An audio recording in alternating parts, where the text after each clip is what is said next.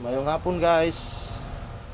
Nanapod si Batiog naong isagod saon na kog tutok, hinuktok, ayo, bati kog naong guys.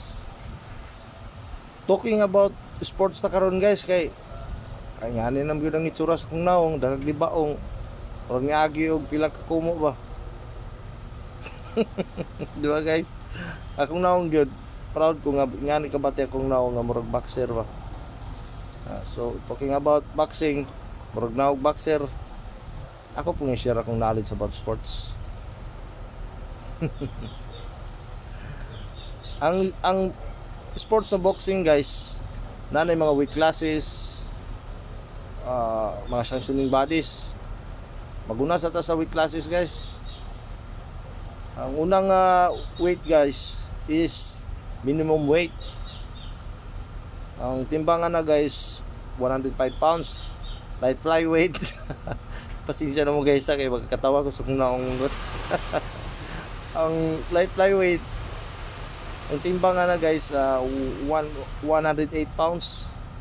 Flyweight 112 pounds. Sabta na lang niyo kung naong guys ang flyweight, ang super flyweight 115 pounds. We had also bantamweight 118 pounds. Super bantamweight 122 pounds.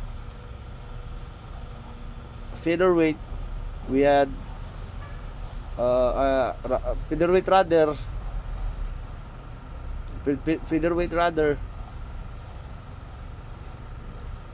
126 pounds. Super featherweight 130 pounds. Lightweight 135 pounds. Kani gino ko na mag guys. Sinsa mo kay magputol-putol tagamay kay. Akong tag twister ba. Sa mga kita ko sa kuno mo sa lapid man. And we have also super lightweight. Ang super lightweight 100, ang timbangan na 140. Welterweight diri nagkampiyon sa unang ato ang pambato na si Pacquiao. Ang ato ang national treasure, atong hero. Lima ka busy siya nag-champion dari. Wa man niya nakuha ang tanan sanctioning bodies ng champion. Nag-champion siya dari sa WBO 4 times. WBA regular, and then nahimo siyang super champion. Atong fight na ni Keith Thurman.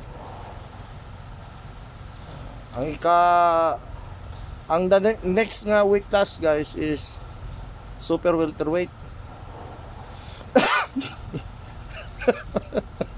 Pasensya na mo guys kay ako nang mo pasidaan sa kung naong daan. Kani laging nagtugpat ang boxing niya, makakita ko sa kung naong magkatawa ko guys ba. Ang super welterweight guys, timbang na siya mga 150 to 152. Ang middleweight naana siya sa correction guys, ang super welterweight 150 to 155. Ang gadepende maguna siya kay na may gitawag og super welterweight, na gitawag og light welterweight. Maura na siya nga weight classes pero diferensya na sa points sa timbang. Ang middleweight nasa 160 pounds. Ang super middleweight 165 to 168. Ang light heavyweight 175. Ang cruiserweight 182 to 183. And the next guys is ang bridgerweight. Bago ni siya guys, inaugural nawa guys. Sabay kasi ang pagtutok ng sungnaw na sulapid na kundila. 206 pounds to 220 pounds na siya guys. And lastly guys, ang kuan, ang heavyweight 220 pataas na ang nag-fight diya nga division. So guys, about to sa weight classes dito sa mga sanctioning bodies, ang what nata gitawag og mga sanctioning bodies guys, ang una guys, ang una gina-organize is the World Boxing Association. Ang na-organize na United States.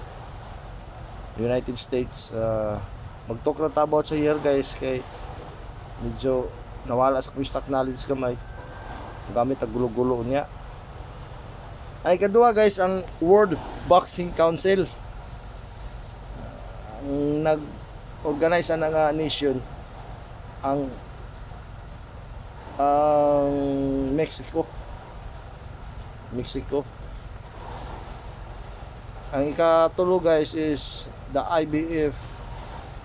Sa apela sa sanctioning bodies, legitimate belt, ang IBF, International Boxing Federation. United States nga po yung nagkuha na guys, nag-organize ang mga sanctioning bodies. Ang ikaapat guys is World Boxing Organization. Nag-originate na siya, organize siya sa Puerto Rico. Dayon lastly guys, ay kalima nga sanctioning bodies nga mostly recognize sa Latin America and United States. Amo na sila guys, lahi ba? Kanila kung naong guys, pasensya na yung guys.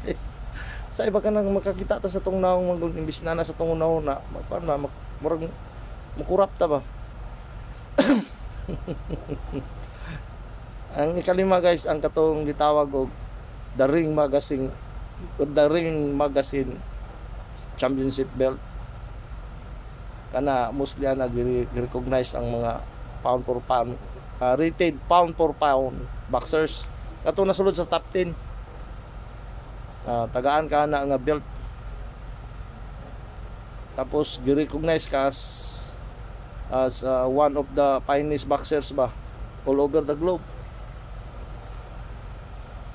So guys, nakuha na to ninyong about sa sanctioning bodies. Talk about na punta sa kaning latest champions na to, Filipino champions. O dapat lang musuporta kung hilig ka sa mga sports. Ayaw lang ng mga play sa basketball. Tanan suportahan na to mga athletes nga Pinoy. Mapa amateur man na or mapa worldwide. Worldwide man gyud ang awayanan din sa amateur guys. Mapa amateur man na or world class. Rather ang latest champion na to karon is si Pedro Taduran o si Melvin Jerusalem. Both na sila nag-champion sa minimum weight. Luuya yun na kung naong guys. Magkakatawa din ko ba?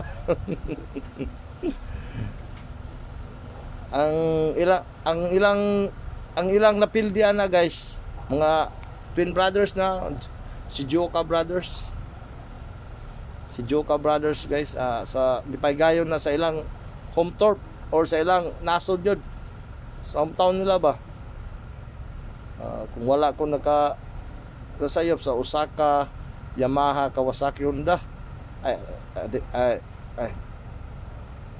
kanila lagi akong naong guys. Kanila akong naong ba kay imbis sakto na kuan kay sa Osaka, Japan to gipaygayon guys. Support na to kay na coming fight si Melvin Jerusalem. Kasi coming fight. Rematch na ni atong older brother ni si Joka.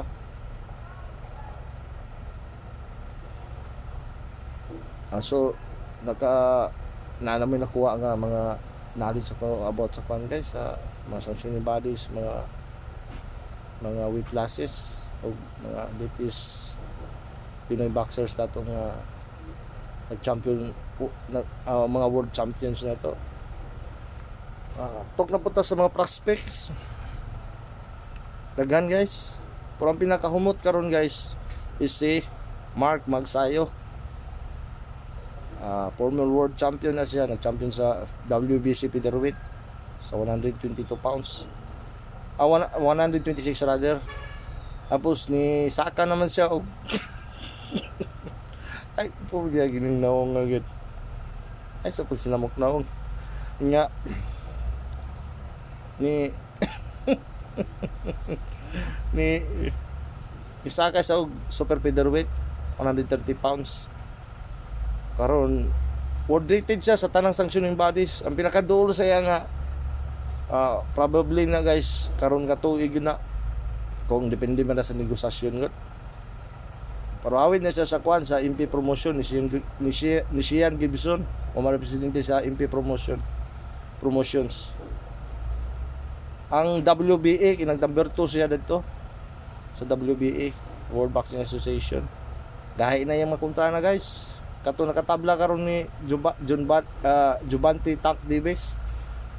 Pound number 3 na sa kwan Ring Magazine. Pero na ikuan possibility mga kung ipato nang itupada mga 70-30 jud. 70% ang pag-asa ni Davis na mudaog 30%, at least nga na ay percentage ba. So i-support nato na kung matuloy na ng negosasyon bitaw. Kung si Roach man kaya Lamont Roach man kaya magkontra 50-50 guys, makayo ko 50-50 kay smart boxer si Roach, pero ang iyang mag-punches good accurate. Di siya brawler, kon mas smart boxer ba. Yeah. Slick fighter. Sa tricky. Si Magsayo brawler yun. Both hands na siya, left, mayang kusog sa right hook, left hook. Mugo nang iya, mga combinations, mga combos. Kung matuloy na ng negosasyon guys, ato na ng suportahan ng katungkuan. Ang ato ang pambato na si Magsayo. The other one guys is si Will John Mindoro. Pero layo pa na iya guys kay napamagod siya sa regional level karon. Kailangan man jud kamo away og mga world rated fighters kay para mo ma-appeal ka sa ranking sa top 10 top 15 rather sa sanctioning bodies. Dapat siya sa regional level karon. Support nato na.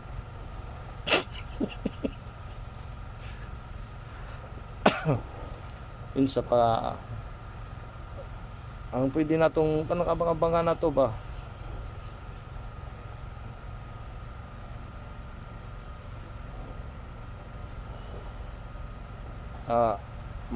Sa next na po na sports talk na to guys.